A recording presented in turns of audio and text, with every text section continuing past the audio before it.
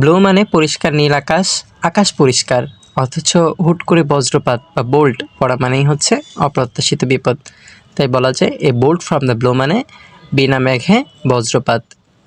আবার গ্রিক পুরাণ অনুযায়ী গ্রিক বীর অ্যাকিলিসকে তার মা যখন পানিতে ডোবায় তখন তার সারা শরীর অমর হলেও গোড়ালি বা হিল শুকনা ছিল, তাই ওই গোড়ালিই ছিল তার একমাত্র মৃত্যুফাত। তাই অ্যাকিলিস হিলস মানে দুর্বল স্থান।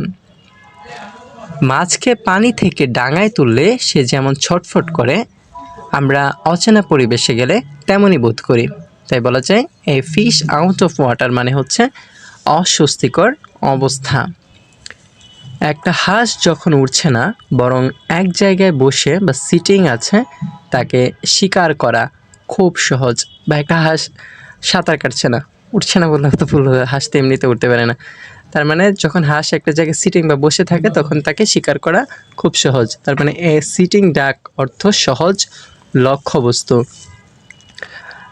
যার কাছে অনেক চিঠি বা লেটার্স বা জ্ঞান আসে এবং যিনি অনেক পড়াশোনা করেন তাকে আমরা বলতে পারি এ ম্যান অফ লেটার্স বা পণ্ডিত ব্যক্তি। ঘড়িতে 12টা বাজার ঠিক আগের ঘন্টা হলো 11টা, অর্থাৎ সময় শেষ হওয়ার ঠিক আগের মুহূর্ত। এটাকে ইংরেজিতে বলা যায় অ্যাট দ্য 11th আওয়ার বা শেষ মুহূর্তে। একটা আপেল নিয়ে যদি দুই বন্ধুর মধ্যে ঝগড়া বা ডিসকর্ড শুরু হয়, তবে ওই আপেলটাই ঝগড়ার মূল কারণ বা অ্যাপল অফ ডিসকর্ড, বিবাদের বিষয়। সাদা ভেড়ার পালের মধ্যে কালো ভেড়াটি আলাদা এবং অশুভ হিসেবে দেখা হয়। তার মানে এ ব্ল্যাক শিপ মানে হচ্ছে কুলাঙ্গার। প্রচলিত আছে যে কুমির শিকার খাওয়ার সময় ভান করে কাঁদে, অর্থাৎ এটি আসল কান্না নয়। তাই ক্রোকোডাইল টিয়ার্স মানে মায়া কান্না। মোরগ আর ষাঁড় কি কখনো গল্প করতে পারে না, তাই এটি একটি অবিশ্বাস্য আশার গল্প। কক অ্যান্ড বল স্টোরি, গাঁজাখুরি গল্প। যে চিঠি আর কেউ পড়ে না বা যে লেটার আর কেউ পড়ে না বা যার প্রাপক নেই, সেটি যেমন মৃত, তেমনি যে নিয়ম এখন আর পালন হয় না তা ডেড লেটার বা ডেড লেটার মানে অচল নিয়ম। আগুন জ্বললে শেষ পর্যন্ত যেমন ধোঁয়া ছাড়া আর কিছু থাকে না, স্মোক ছাড়া কিছু থাকে না, তেমনি চেষ্টা শেষে ফল শূন্য হওয়া। এটি হচ্ছে অ্যান্ড ইন স্মোক বা ব্যর্থ হওয়া।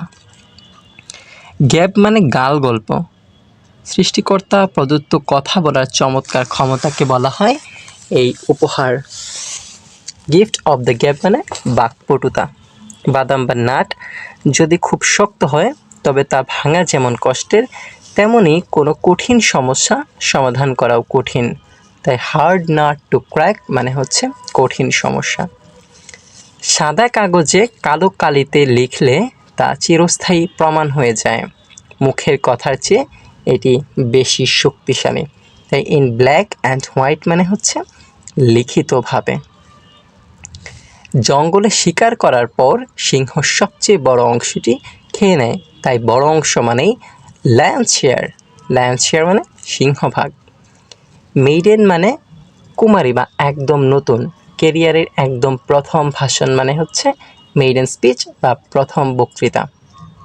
অপরাধ করার সময় হাতের রক্ত রেড লাল লেগে থাকা অবস্থায় ধরা পড়া, রেড হ্যান্ডেড, হাতে নাতে। রাস্তা মসৃণ হোক বা ঝোপঝাড়ে ভরা, বন্ধু যেন সবসময় থাকে।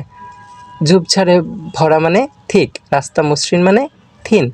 তো থিক অ্যান্ড থিন মানে হচ্ছে সুখে দুঃখে সব অবস্থায়। বিশ্বাস করা হয় রাজহাঁস মারা যাওয়ার আগে সবচেয়ে সুন্দর গানটি গায়। শিল্পীর জীবনের শেষ কাজ, সোয়ান সং, শেষ কাজ।